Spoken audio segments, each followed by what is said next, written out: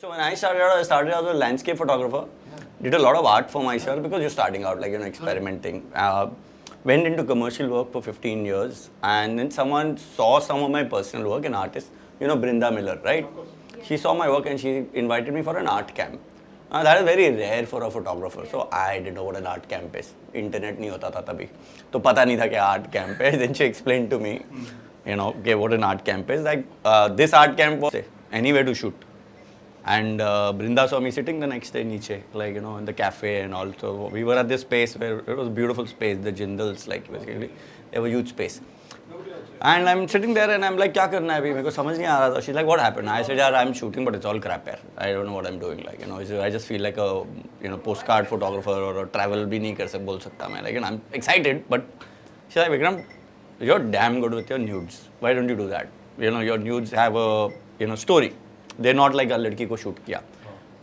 I was like, model लाना पड़ेगा, सब करना पड़ेगा. She's like, हाँ तो हो जाएगा ना, इधर क्या problem है? So in those days, an airline used to not come there. So now these people had the clout. So an Air India got me a model to their private airfield. Got the model. I got some. I'll show you maybe I'll show them the thing later. I ended up picking up an old camera, normal camera with film in it, special film, which I used to shoot on in the 90s. It's called infrared film. Okay, you can't see or rather it captures heat. It doesn't capture like a normal camera. So you have to imagine what's going to be hot. It looks like a black and white photo, but if you put two pictures together, shot in black and white infrared, huge difference.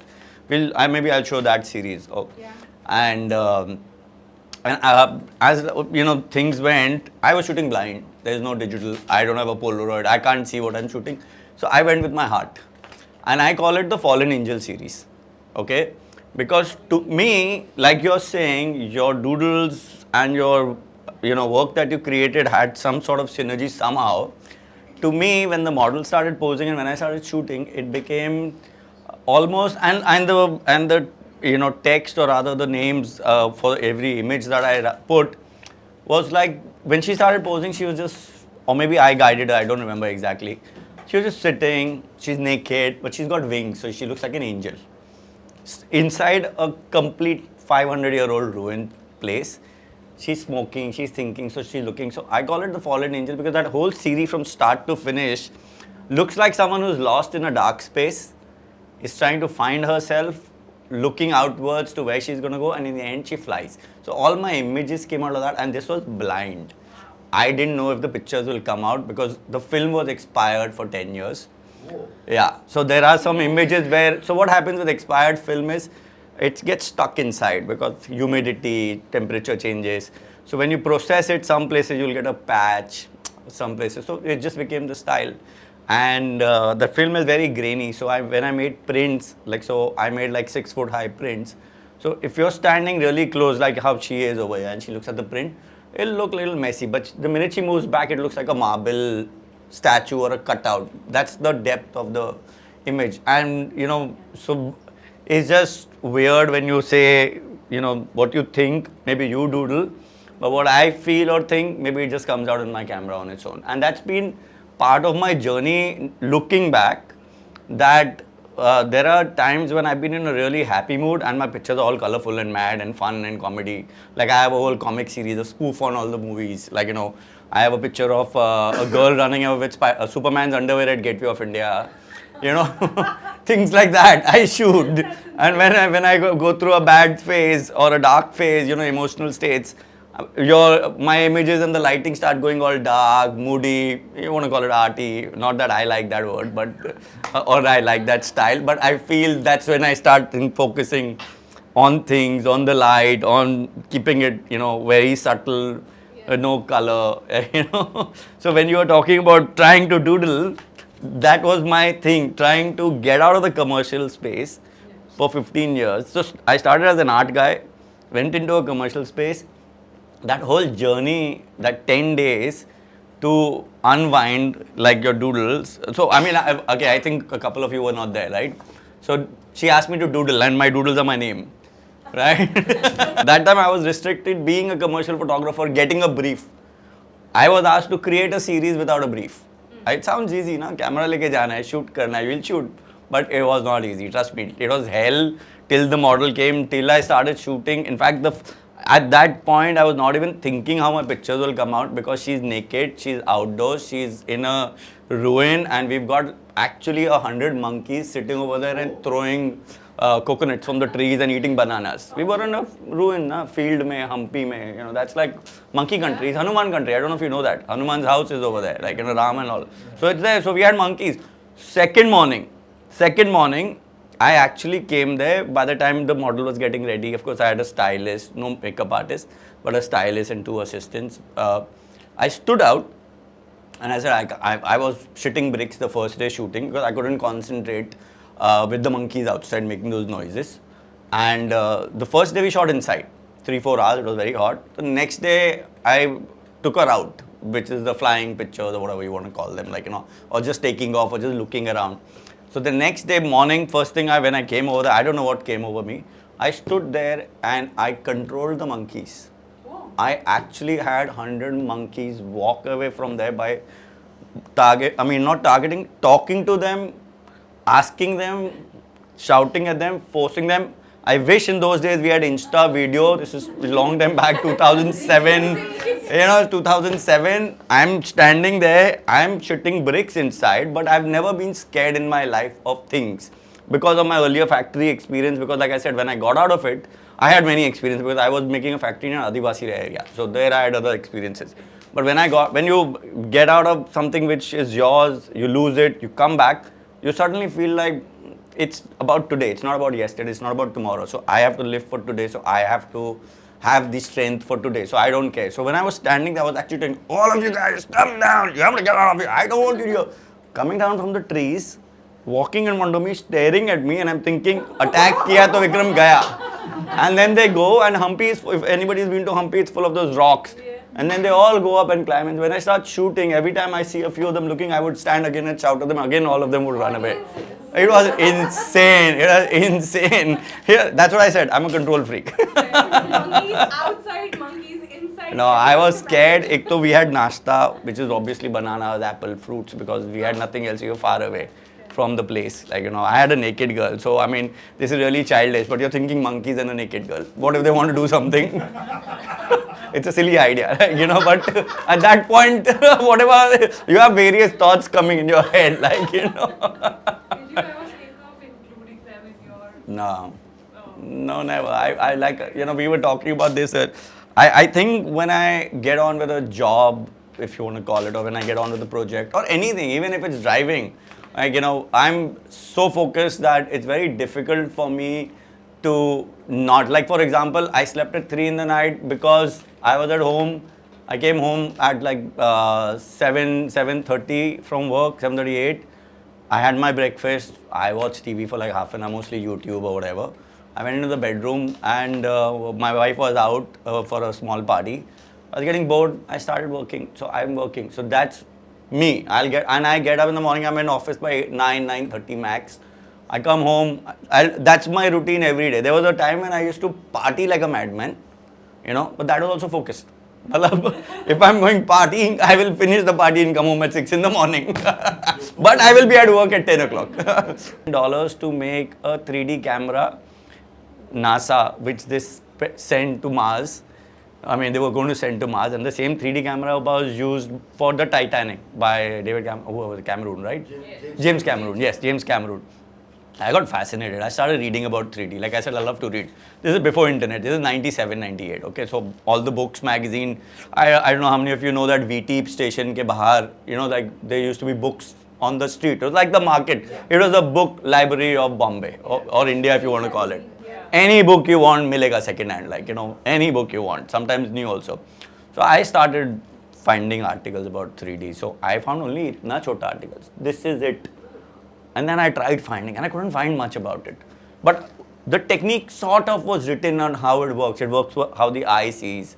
Okay, I don't know. And earlier I used to see auras when I used to shoot in the studio. Okay, people's auras. So people have different colors, right? Auras. And your eyes see different colors. One eye sees red and one eye sees more green. That's why at the optician you have those two colors for sensitivity. And that's how 3D works. Basically, our mind sees two things. It sees a depth perception because red will show you a different depth, green shows you a different depth. Okay, and when you mix the two, you get that whole feeling of 1, 2, 3, 4. So I said, this is damn interesting, yeah. So I took my camera, I went home, dad was sitting in his pajama kurta, not ready. I did some masti, I took a shot and it came out 3D. And I was 30 million and I said 30 rupees. Like, you know. No, just kidding. But it took me a year of experimenting every day. And this is, remember, film, not digital.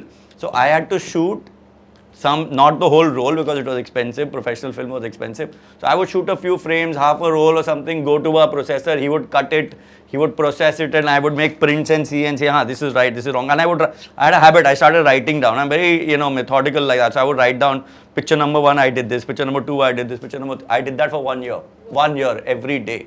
I would be shooting my assistant or people moving or cars, anything, Ghoda Gadi at Pehle Gateway of India, now we don't have them. Everything I tried shooting on, different ideas, if I have to shoot a moving person, how will it work? Not work.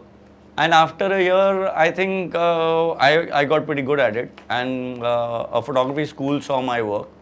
So I hadn't studied in the school. So he was a dear friend, he just passed away a few months back, Girish Mistry, and he had a school called Shari, and he was actually a professional photographer, and he lost the use of his legs due to a rare disease in his 30s, and he was one of the biggest photographers at that time. So, but he was like you can say, don't give up. So he started a school, became very big. So he saw my work somewhere, and he said, why don't you come to my school? I was just talking to him, I said, I just started on my own, I have not studied, no one's taught me, and that was 2 years, I was already in the journey. I was already known as master of gimmicks at that time. So I was already published, written about, touch wood, it was good. And when I went to his school, just to see what he teaches, morning I reached, the first session he gave to people.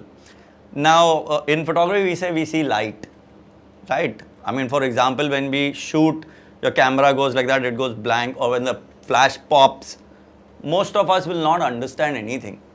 But that day when he explained and the camera popped, I actually saw the light and shadow in that 1 millisecond, the way he explained it.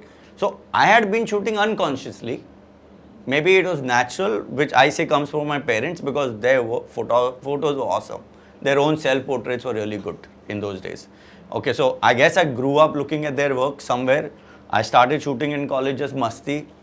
On my own, I learned without realizing the need to actually study. But when I went to his school for that first 10 minutes and how he was teaching them, I was blown. I was suddenly like, I can see light. I've been seeing it. I've been shooting it. But I can now see how it's falling on people, on things, on objects and things like that. Like how you go to design school, all of you guys are given an apple or a ball and you're supposed to shade left side, right? I never studied, I never got to a design school. So, I mean, that's what I saw. So, I stayed 2 days with him. So, technically, without paying, I became a student. So, he called me up, I have a competition that I want to send my kids' ka work. So, would you be okay if I send your work? So, he sent my 3D pictures. He said, kuch hai kya? I said, I showed him. He said, मैं 3D भेज देते. I said, okay. I gave it to him. I won the prize for the second best photographer in the world. And at that time, and then it went around 30 countries as an exhibition. Unfortunately, no internet, so I have few written articles. But I have articles, I have the award or whatever, but 15 or more than 15? no, around 30-ish. 30-ish international awards, nominations, what do you want to call it. If I start counting others, तो और थोड़ा हो जाएगा. No Indian award. 2-3 है खाली. So tell us something about another first. Another first? My infra was first, my 3D was first. Another first was that I started using flashlights outdoors for all my shoots, which no one had done in those times. That would be in the photography world. Another first, if you talk about from an award point of view, or other things, I was the first Indian to be nominated for a fashion film. I don't know if you know what fashion films are. Basically, abhi now how you see jewelry films or clothing films. They're called luxury films, fashion films. I was the first guy who started this in 2010, 12, something like that in India. Now though it's everywhere, every wedding, every bride. So when I did that, I did something, I didn't shoot like a normal video camera. I shot photos. I shot 6,000 photos in movement with making the model. So it's called stop motion basically. But the flow was so good that I got nominated for Best Art Direction in LA at the biggest fashion film festival. You know, thank you. Thank you. Yeah. So then the others, the first guy to get an award for the best nude in the world, 2 years in a running abroad in Paris. 1 year color, 1 year black and white. Both pictures were not allowed to be shown in India, but I got awards abroad. So that's. I actually stopped showing in India in 2003-4 ke baad, I think. Jahangir mein I had a big exhibition. I mean, there was a big joint exhibition. And as luck would have it, the biggest wall was mine, the biggest images were mine. I had done a series on love. So this is 2003-4, before LGBTQ and all that. So when I shot love, it started with a couple who I shot who were actually in love. So yes, I have this question. While you also have to be in the right mood, in the right frame of mind, and be in that process of your creativity, but you're working with another human and maybe 2 or 3, I don't know. 100 at times. Yeah. So all of them have to come in one sync. Yeah. For that picture. Yeah.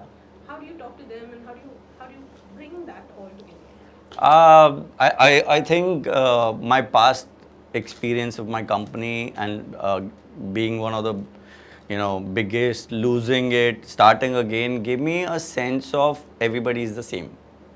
There is no one I'm bigger than or no one I'm smaller than. Okay, like you could be an Amitabh Bachchan. I really respect you for what you've done in life. I am Vikram Bawa. So I have never met anyone saying sir, sir, sir.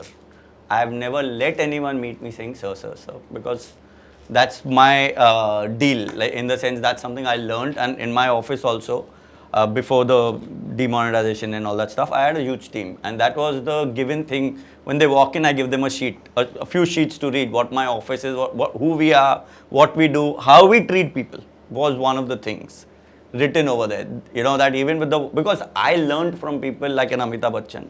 I learned from a lot of people when I got into the industry, the way they give respect and love for the work you do. And before I came into this industry, the realization that I could be the biggest one day, I could be the smallest one day, right? So when I approach a shoot or when I have 100 people, they are all equals to me. Even if it's a lighting man, he's as important to me. Whether he's Mr. Bachchan or Shilpa or whoever, they're all important to me. So for me, in one sense, since they are a same group, if you want to call it, my conversation with them is very truthful, first. Second, very respectful, because I love people.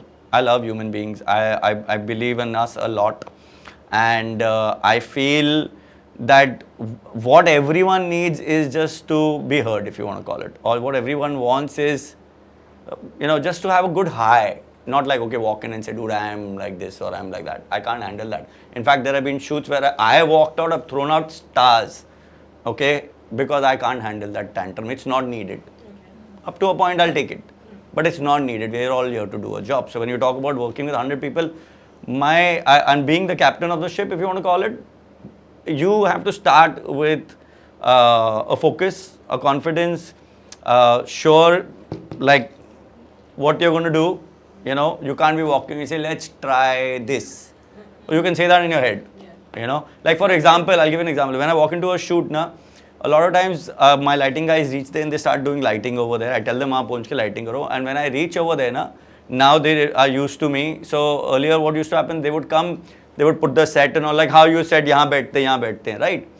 And I would walk in and I would just walk into the door and I would just stop and I would just feel the place. And I would say, idhar nahi, udhar corner mein. And they would say, sir, but ye angle, I said, tu udhar lagana. My heart is saying that is the right place. So I'm like an energy person, right? And I've also learned that. It's not like I understood it the day I was born.